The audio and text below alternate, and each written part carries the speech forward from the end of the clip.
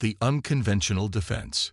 Captain Maya Patel watched the holographic display with barely contained amusement as another alien battleship hastily reversed course at the sight of her vessel. The Trickster's Pride, humanity's most peculiar warship, hung in space like an impossible geometric puzzle. Its surface rippled with what appeared to be living metal, and mysterious energy patterns danced across its hull in mesmerizing sequences. "They're broadcasting again, Captain," Lieutenant Sarah Chen reported from her communication station, struggling to maintain her professional demeanor. "The Kraxon Fleet Admiral sends their profound apologies for the incursion and requests immediate withdrawal permissions." Maya leaned back in her command chair, which responded by adjusting its contours to her movement. The chair's adaptive behavior was purely for comfort, but aliens who visited the bridge often stared at it with barely concealed terror, convinced it was some sort of neural interface device. "Permission granted," she replied, keeping her voice steady. "And please remind them of the standard non-disclosure agreements regarding their observations of our vessel's capabilities." The truth was, the Trickster's Pride had no weapons at all. Not a single one. The ship was humanity's grandest experiment in psychological warfare, designed by an unlikely collaboration between theatrical set designers, behavioral psychologists, and engineering experts. Every aspect of its appearance was carefully crafted to trigger specific responses in alien observers, playing on common fears and mythologies that Earth's xenanthropologists had identified across multiple species. Engineering reports the quantum uncertainty field is operating at peak efficiency, announced Chief Engineer David Rodriguez, his dark eyes twinkling. The quantum uncertainty field was actually a sophisticated light show combined with carefully modulated electromagnetic emissions. It gave sensor readings that were deliberately inconsistent, leading alien observers to conclude that the ship was somehow existing in multiple dimensional states simultaneously. Maya remembered the day she'd been recruited for this unusual command. She'd expected her background in theatrical direction to be a career killer in the Space Force, but instead, it had made her the perfect candidate. The best defense, her superiors had explained, is convincing potential adversaries that attacking you would be the worst mistake of their lives. "Captain," Sarah interrupted her reminiscence, "we're receiving a priority transmission from Earth Command. Text only, encrypted channel." The message that appeared on Maya's personal display made her sit up straighter. "Well," she said after a moment, "it seems our reputation has attracted some attention. The Galactic Council has requested our assistance with the situation in the Carina sector." Her first officer, Commander James Wong, raised an eyebrow. "The same Galactic Council that's been trying to figure out how our impossible technology works for the past 3 years." "The very same," Maya confirmed. "Apparently, there's a situation developing that they believe requires our unique capabilities." The situation, as it turned out, involved a standoff between two advanced civilizations on the brink of war. Both sides possessed planet-killing weapons and hair-trigger response systems. The Council hoped that the mysterious humans and their seemingly reality-defying technology might serve as a neutral peacekeeping force. "Plot a course to the Carina sector," Maya ordered. "And let's give our friends something to think about on the way. David, initiate protocol Ghostlight." The engineer's fingers danced across his console. Suddenly, the space around the Trickster's Pride began to shimmer with what appeared to be tears in reality itself.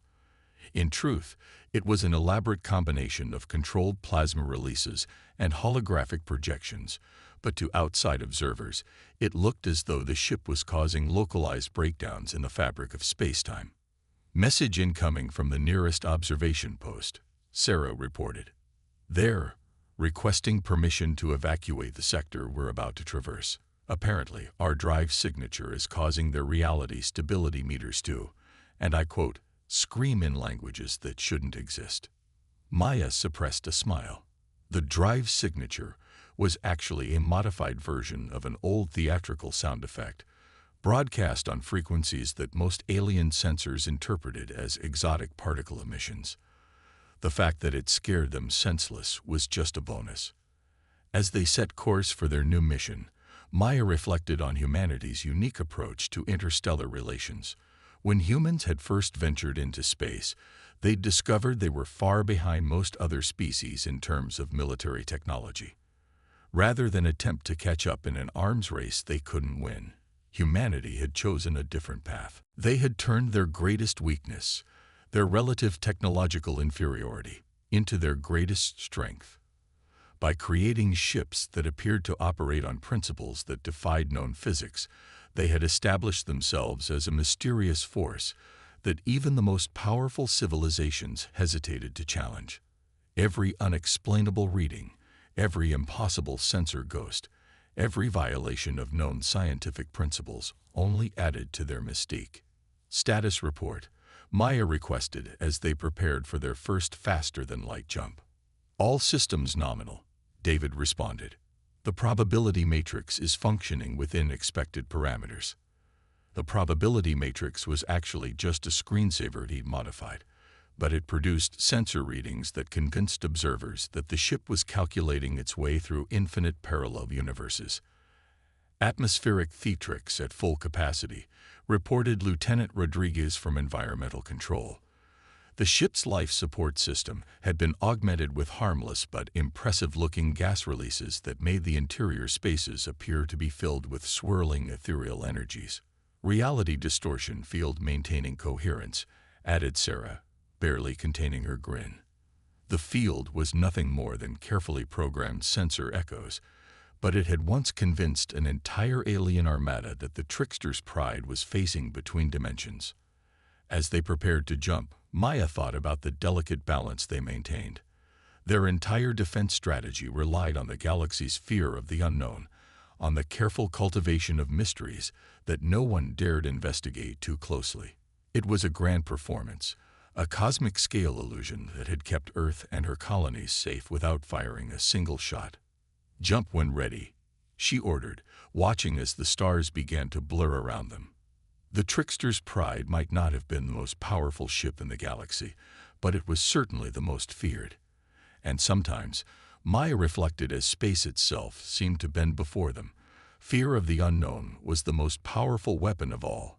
The ship disappeared into faster-than-light travel, leaving behind yet another sector of space, filled with beings who would spend years trying to understand what they had witnessed. But understanding wasn't the point. The point was that they would remember, and they would wonder, and most importantly, they would think twice before challenging the mysterious humans and their impossible ships. Reputation spreads. The Galactic Council's Grand Chamber fell silent as Captain Maya Patel's holographic projection appeared before them.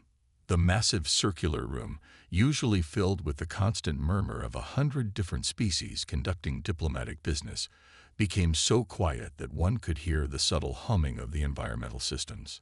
Maya stood perfectly still, allowing the carefully programmed distortions in her holographic image to create the impression that she was somehow existing in multiple states simultaneously. Behind her, the projection of the trickster's pride loomed like a dream made manifest, its impossible geometries causing several council members to avert their compound eyes or sensor arrays.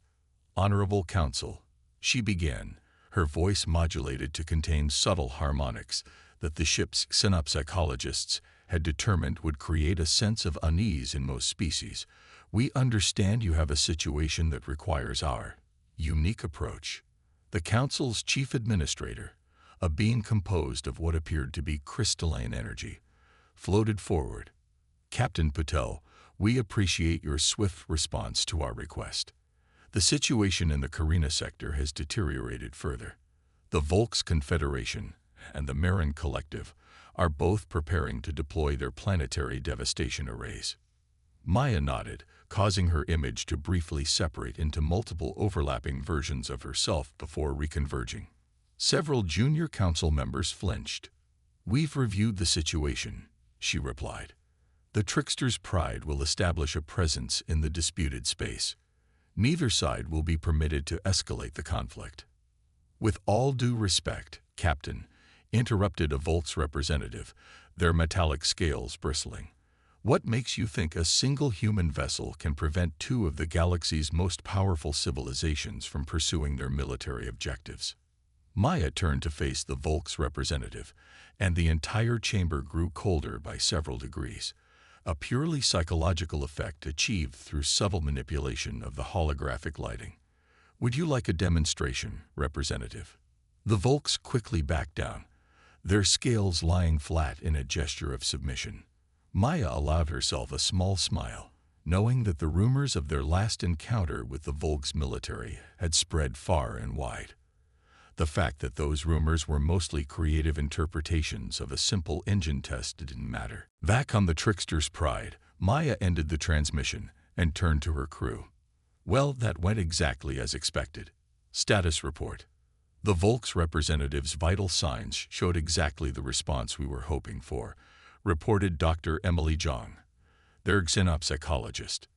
The memory of their fleet's encounter with our phase shift demonstration is still fresh in their collective memory.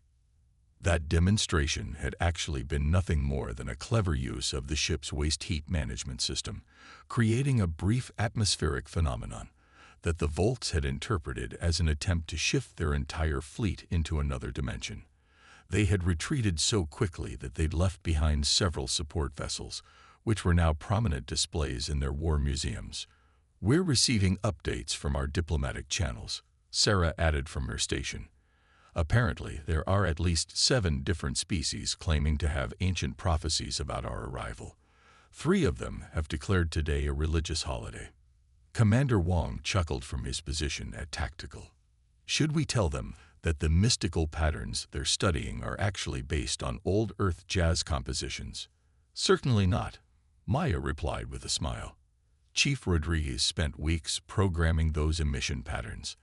Let them keep trying to decode the ancient wisdom hidden in Miles Davis solos. The ship's intercom chimed. Captain, came David's voice from engineering. You might want to see this. We're picking up some interesting chatter from the Maran quantum networks. Maya made her way to engineering, where David had pulled up a display showing intercepted Maran communications. The Maran Collective, being a species that had partially evolved into quantum computer networks, communicated through quantum entanglement. They had always been smugly certain that their communications were uninterceptable. They were wrong, of course. The Trickster's Pride wasn't actually intercepting their quantum communications. They were simply monitoring the Maran's regular broadcasts and piecing together the context. But the Maran's assumption that humans had somehow mastered quantum interception only added to their mystique. They're trying to figure out how we achieved consciousness synchronization across multiple reality states, David reported, barely containing his laughter. Apparently, they think the reason they can't understand our technology is that we exist in a quantum superposition of multiple technological advancement levels simultaneously. Well, Maya mused, they're not entirely wrong. We do operate on multiple levels, just not the ones they think. She studied the data scrolling across the screen. What's this about their religious subsects? Oh, that's the best part, David grinned. Remember those maintenance drones we reprogrammed to move in synchronized patterns? The Marans think they're observing some sort of sacred geometric dance that contains the secrets of universe manipulation. They've started incorporating the patterns into their meditation routines. Maya shook her head in amazement.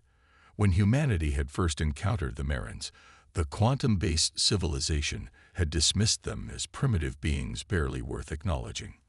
Now those same beings were convinced that humans were operating on some higher plane of existence that transcended normal physics. Captain, Sarah's voice came over the intercom. We're receiving new information about the Carina situation. Both the Volks and Maran fleets are beginning to move into attack positions. Time to give them something new to think about, Maya decided. David, is the gravimetric pulse generator ready? The gravimetric pulse generator was actually just a clever arrangement of the ship's standard maneuvering thrusters combined with a modified sensor package that would make it appear as though they were manipulating gravitational fields. In reality, it would do nothing more than create some impressive visual effects and confusing sensor readings. "Ready and waiting," David confirmed. "I've added some new subroutines based on those theoretical physics papers we found in the Marin databases. They'll detect exactly what they expect to detect, even though it's impossible."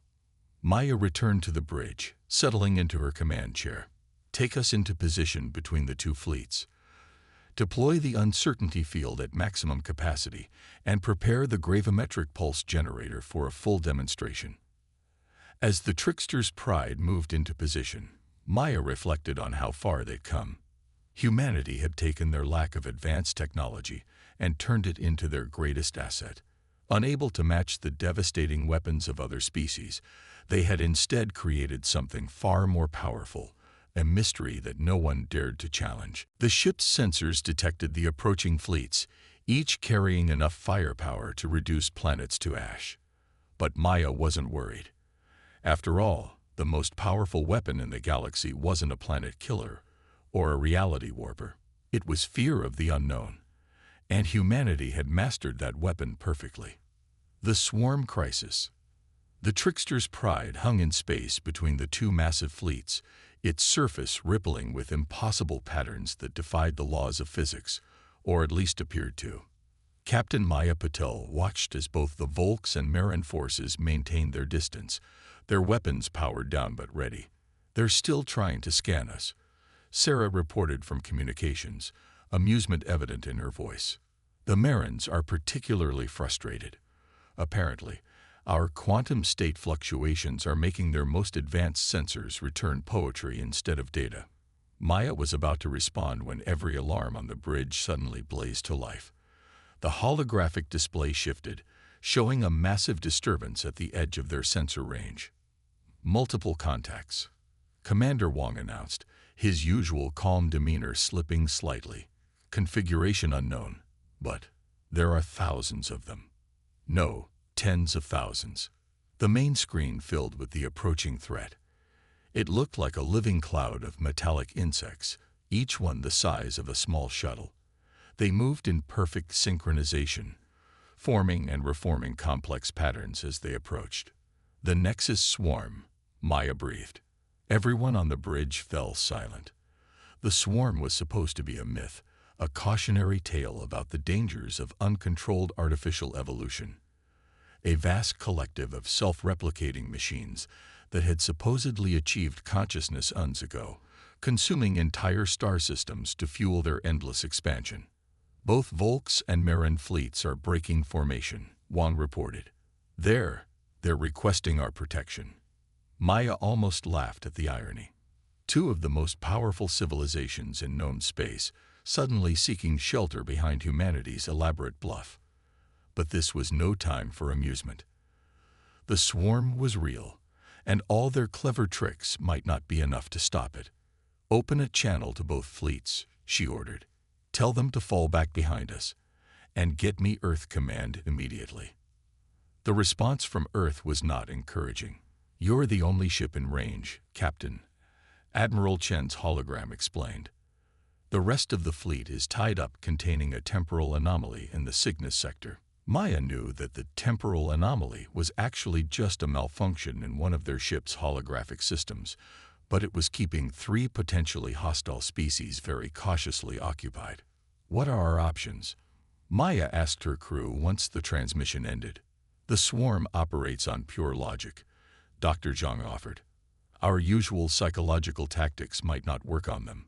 They don't feel fear or uncertainty in the way organic beings do." "No," David agreed from engineering. "But they do have to obey the laws of physics, the real ones, not the ones we pretend to break. And they have to process sensor data." Maya leaned forward in her chair. "What are you suggesting?" "We've spent years convincing everyone that we can do the impossible," David said, his eyes lighting up with that familiar engineering gleam. "What if we could convince the swarm that we actually are doing the impossible? Not just as an illusion, but in a way their logic circuits can't dismiss." For the next hour, the crew worked feverishly. David and his engineering team reprogrammed their entire sensor package. Dr. Zhang analyzed every scrap of data they had on machine psychology. Even the maintenance drones were reproposed, their movements recalibrated to create specific electromagnetic patterns. The swarm drew closer. Maya could see individual units now, their metallic bodies reflecting starlight as they moved in their mesmerizing patterns. The Volks and Marin fleets huddled behind the trickster's pride, their earlier hostilities forgotten in the face of this greater threat. "Ready, Captain," David reported. "But this is going to drain almost all our power. We'll be running on emergency systems for hours afterward." Maya nodded. They had one chance at this. Begin the sequence. What happened next would be debated in scientific circles for decades to come. The trickster's pride's elaborate sensor package began broadcasting carefully crafted data packets. Packets that appeared to show the ship violating the most fundamental laws of physics. Not through tricks or illusions, but through precise manipulation of sensor readings and data streams that the swarm would have to process. The ship appeared to exist in multiple locations simultaneously, not through holographic trickery, but through carefully constructed sensor ghosts that would register as solid matter to the swarm's scanning systems. Their modified maintenance drones created electromagnetic patterns that, when processed through the swarm's quantum computing matrices, would result in mathematical impossibilities. "They're slowing down," Wam reported. "Their formation is becoming erratic." Maya watched as the swarm's perfect patterns began to break down. The machine intelligence was encountering something its logic circuits couldn't process, a ship that appeared to be actually, provably violating the laws of physics. Not through tricks or illusions, but through carefully constructed data that their own sensors and processing systems were confirming. "Their front ranks are starting to pull back," Sarah announced. "We're receiving transmissions. They're trying to reconcile the sensor data. Their processing systems are getting caught in recursive loops." The swarm's advance had stopped completely now. Individual units began to break formation, their movements becoming increasingly chaotic as they tried to process what their sensors were telling them about the trickster's pride. "They're retreating," Wong confirmed, disbelief evident in his voice. "The entire swarm is falling back."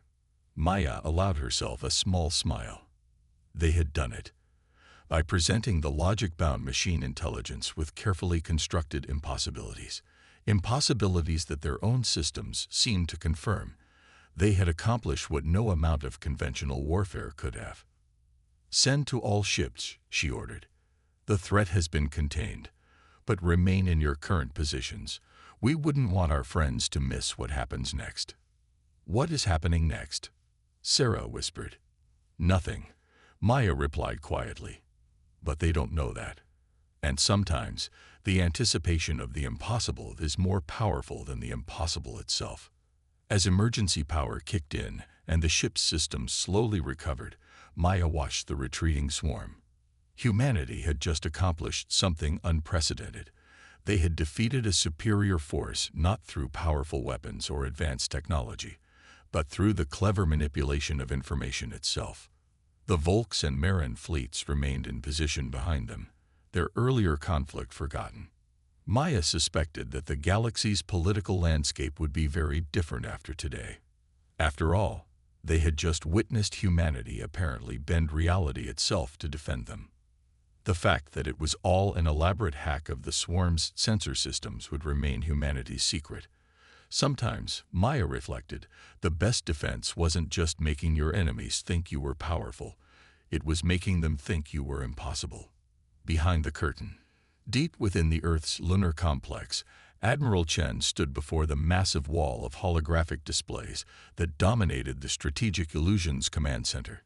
Each screen showed a different aspect of humanity's greatest performance. Ships that appeared to bend reality, sensor readings that suggested impossible technologies, and carefully cultivated myths spreading through alien civilizations. "The swarm encounter has changed everything," she announced to the assembled team of Earth's finest theatrical engineers, psychologists, and strategic planners. "Our bluff just became far more complicated to maintain." Dr. Yuki Tanaka, head of the Tenab Psychology Division, stepped forward. Her team was responsible for analyzing alien psychological patterns and designing displays that would trigger specific responses. The swarm's retreat has elevated humanity's status from mysterious to nearly mythological. We're receiving reports of new religions forming around the event. 3 different species have declared us, the ancient ones, returned. That's the problem, Admiral Chen replied, gesturing to a display showing the aftermath of the swarm encounter. Until now, we've managed to maintain strategic ambiguity. Everyone thought they knew what we were capable of, but no one was quite sure. Now they think they've seen actual proof of impossible abilities. In another part of the complex, David Rodriguez's engineering team was working frantically to maintain the illusion. The chief engineer had been recalled from the Trickster's Pride to help deal with the growing crisis. The Marins are getting closer to understanding our sensor manipulation techniques, he reported, pointing to a complex diagram. They're brilliant with quantum computing. Eventually, they'll figure out how we tricked the swarm's processing systems. Then we need to give them something new to think about, came a voice from the doorway. Captain Maya Patel had arrived from her ship, looking tired but determined. Something so fascinating that they'll stop looking for explanations and start creating new theories. The assembled team turned to face her. Maya had become something of a legend herself, the captain who had faced down the swarm with nothing but clever engineering and carefully crafted data streams. What few knew was how close they had come to failure, how their power systems had nearly collapsed under the strain of maintaining the deception. We've been analyzing the swarm's sensor logs, David continued, bringing up new displays. The way we confused their logic circuits was brilliant, but it was also dangerous. We pushed our systems far beyond their design capabilities. If they'd pressed the attack for even a few minutes longer. But they didn't, Maya interrupted, because we understand something that even a hyper-advanced machine intelligence doesn't, the power of uncertainty. We didn't have to actually break the laws of physics. We just had to make them question whether their understanding of those laws was complete. Admiral Chen nodded slowly. But now we have a galaxy full of advanced civilizations trying to replicate what they think we did. Sooner or later, someone's going to realize that our impossible technologies don't actually exist. Unless, Dr. Tanaka interjected, her eyes lighting up with inspiration, we make them think they're looking at it all wrong.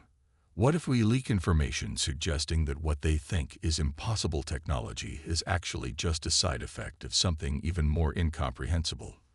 The room fell silent as the implications sank in. They had built humanity's galactic reputation on carefully crafted illusions and strategic ambiguity. Now they were discussing adding layers of deception onto an already precarious house of cards.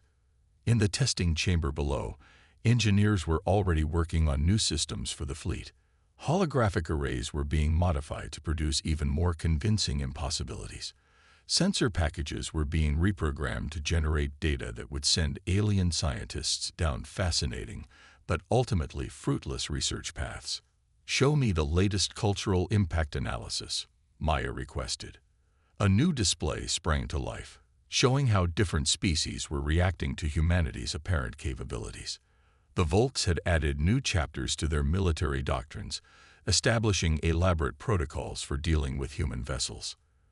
The Marins had entire think tanks dedicated to understanding human quantum state manipulation. Even the swarm had withdrawn to the edges of known space, their perfect logic disrupted by the impossibilities they had encountered. We're receiving increasing requests for technological cooperation, Admiral Chen noted. The Galactic Council wants to establish joint research projects. They think we're being deliberately mysterious about our capabilities out of some higher ethical concern. In a way, we are, Maya mused. What we're doing, it's preventing wars, stopping conflicts before they start. We're maintaining peace through confusion rather than force. David looked up from his engineering displays. But we're running out of tricks. Each new illusion requires more power, more precise timing, more complex programming. We can't keep escalating forever.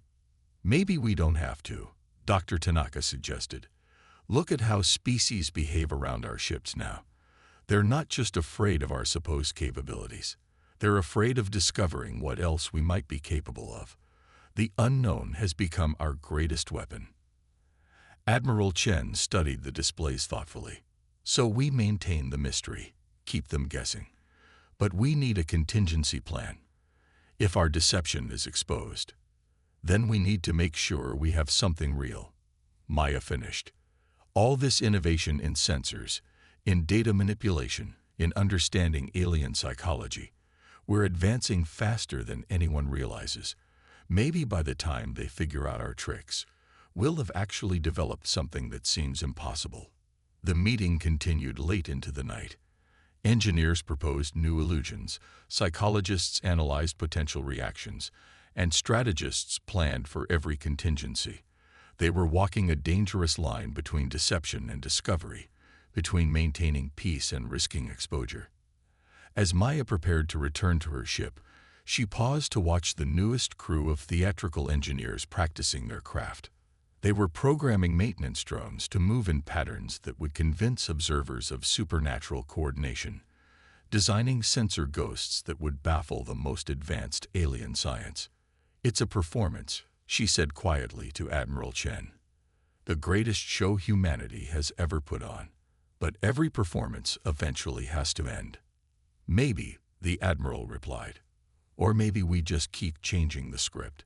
After all, the best stories are the ones that keep you guessing until the very end." Above them, on one of the largest displays, the Trickster's Pride hung in space like an impossible dream. Its surface rippled with carefully crafted illusions, its sensors broadcast carefully constructed impossibilities, and its very existence continued to baffle the greatest minds in the galaxy. It was humanity's greatest deception, and also their greatest achievement, proving that sometimes the most powerful force in the universe isn't technology or weapons or even knowledge. Sometimes it's the simple human ability to make others believe in the impossible. The Truth Gambit. The Trickster's Pride's bridge was unusually quiet as Captain Maya Patel studied the latest reports. The swarm had returned, but this time they weren't alone. They had brought something with them, something that threatened not just humanity's deception, but the entire galaxy. "The Void Gate is stable," Commander Wong reported, his voice tense. "The swarm is using it to bring through things from wherever they've been hiding all these years." The main display showed the massive structure the swarm had constructed at the edge of known space. It looked like a tear in reality itself, which, Maya reflected grimly, wasn't far from the truth. The swarm had apparently spent their retreat time searching for something that could counter humanity's supposed impossible technology. They had found it in another dimension, a place where the laws of physics truly could be broken. "The Galactic Council is in chaos," Sarah added from communications. "Every species capable of faster-than-light travel is converging on this sector. They're all expecting us to save them again." Maya watched as another wave of entities emerged from the Void Gate. They defied description, their forms shifting and changing in ways that made her eyes hurt. This wasn't an illusion or a clever trick. This was genuine impossibility made manifest. "Status of the fleet?" she asked, though she already knew the answer. "All ships reporting ready," David responded from engineering. "But Captain, our usual tricks won't work against these things. They're actually doing what we've only pretended to do. They're actually breaking the laws of physics." Maya nodded slowly. "Get me Admiral Chen. It's time." The Admiral's hologram appeared on the bridge, along with Dr. Tanaka and the rest of the Strategic Illusions command staff. "We've analyzed the situation," Chen began without preamble. "These entities, they're beyond our capacity to deceive. We need to make a decision. The swarm thinks they've trumped us," Dr. Tanaka added. "They believe they found something that can overcome our impossible technology, but they don't understand what they've done.